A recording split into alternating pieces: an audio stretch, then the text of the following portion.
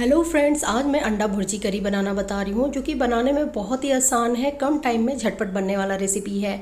खाने में उतना ही टेस्टी लगता है। जब कभी घर पे सब्जी ना हो तो आप इसे झटपट बनाकर एंजॉय कर सकते हैं। फ्रेंड्स, आपको मेरी रेसिपी पसंद आ रही हो तो मेरी रेसिपी को शेयर करें, लाइक करें और मेरे चैनल पर आप नए हो तो मेरे चैनल को सब्सक्राइब करना ना भूलें। तो चलिए झटपट आज की मज़ेदार रेसिपी स्टार्ट करती हूँ। अंडा भुर्जी करी बनाने के लिए सबसे पहले कढ़ाई को गर्म करके हम इसमें 2 बड़े चम्मच तेल ले लेंगे। तेल को गर्म करेंगे और अब हम इसमें बारीक कटी हुई हरी मिर्च को ऐड करेंगे। मैंने यहाँ पे 2 हरी मिर्च को बारीक काट कर लिया है और इसे चलाते हुए हल्का सा हम पका लेंगे ताकि इसकी रोटेस चली जाए। तो मिर्च हमारा पक गया है और अब हम इसमें बारीक कटी हुई प्याज ऐड करेंगे। तो मैंने यहाँ पे 1 प्याज को बारीक काट कर लिया है और प्याज को भी चलाते हुए हमें हल्का सा ट्रांसलूसेंट होने तक पकाना है। ध्यान रहे कि इसे ज़्यादा हमें नहीं पकाना है। तो प्याज हमारा पक गया है अच्छा सा, जैसा हमें चाहिए था। और अब इस टाइम हम गैस की फ्लेम को लो करेंगे और इसमें हम अंडा ऐड करेंगे। तो यहाँ पे मैंने 6 अंडे को फेंट कर लिया है, इसे हल्का सा बीट कर लिया था।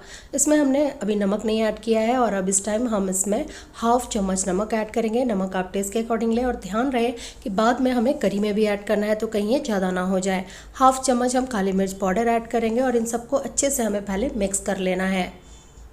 तो ये अच्छे से मिक्स हो गया और अब अंडे को हमें क्रम्बल करना है, तो इसे चलाते हुए हम क्रम्बल कर लेंगे। बड़ा पीस जहाँ भी हो हम इसे तोड़कर क्रम्बल कर लेंगे।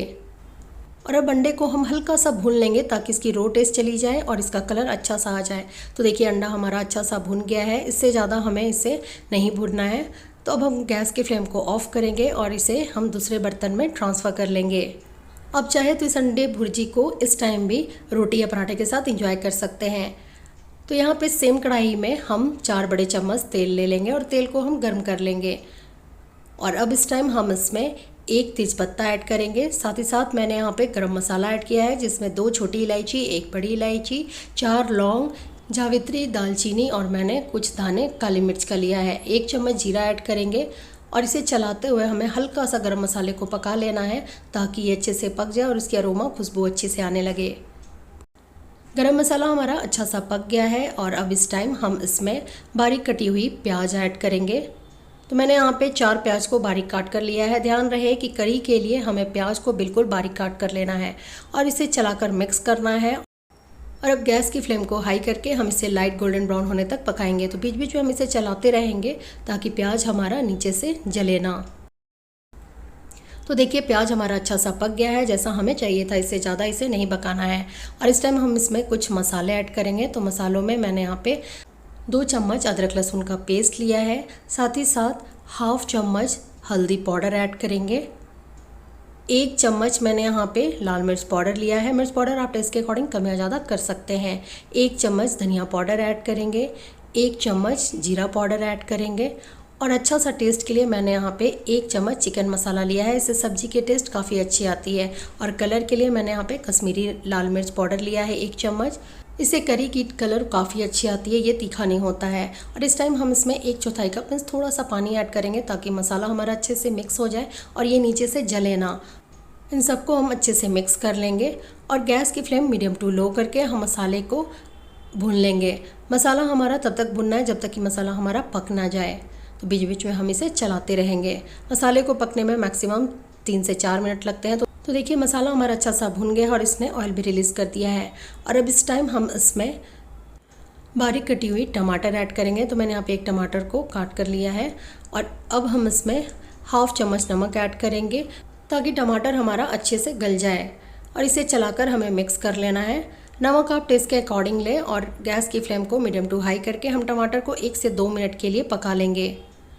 2 मिनट टमाटर को पकते हुए हो गया और ये देखिए टमाटर हमारा अच्छा सा पक गया है। थोड़ा सा खड़ा मैंने जानकर रखा है क्योंकि ये खाने में अच्छा लगता है। अगर आपको पसंद ना हो तो आप इसे पूरी तरह से पका लें।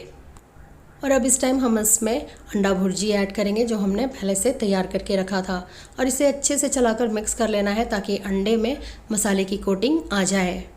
आप इस अंडा भुर्जी करी को ना एक बारी मेरे कहने पर आलू पराठे के साथ ज़रूर ट्राई करना। बहुत ही टेस्टी लगता है, बहुत ही अच्छा ये इस दोनों का कॉम्बिनेशन है।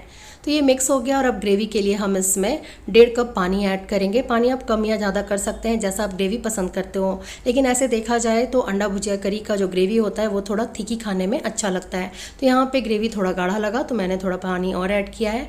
तो देखिए ये अच्छे से मिक्स हो गया है और अब इस टाइम गैस की फ्लेम को हाई करके एक बॉयल आने तक हम इसे पकाएंगे। तो ग्रेवी में बॉयल आ गया है, ये देखिए कलर बहुत ही अच्छा आया है।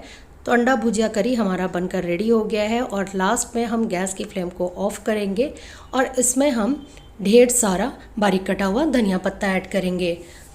तो मेरे स्टाइल में अंडा भुर्जी करी बनकर रेडी हो गया है।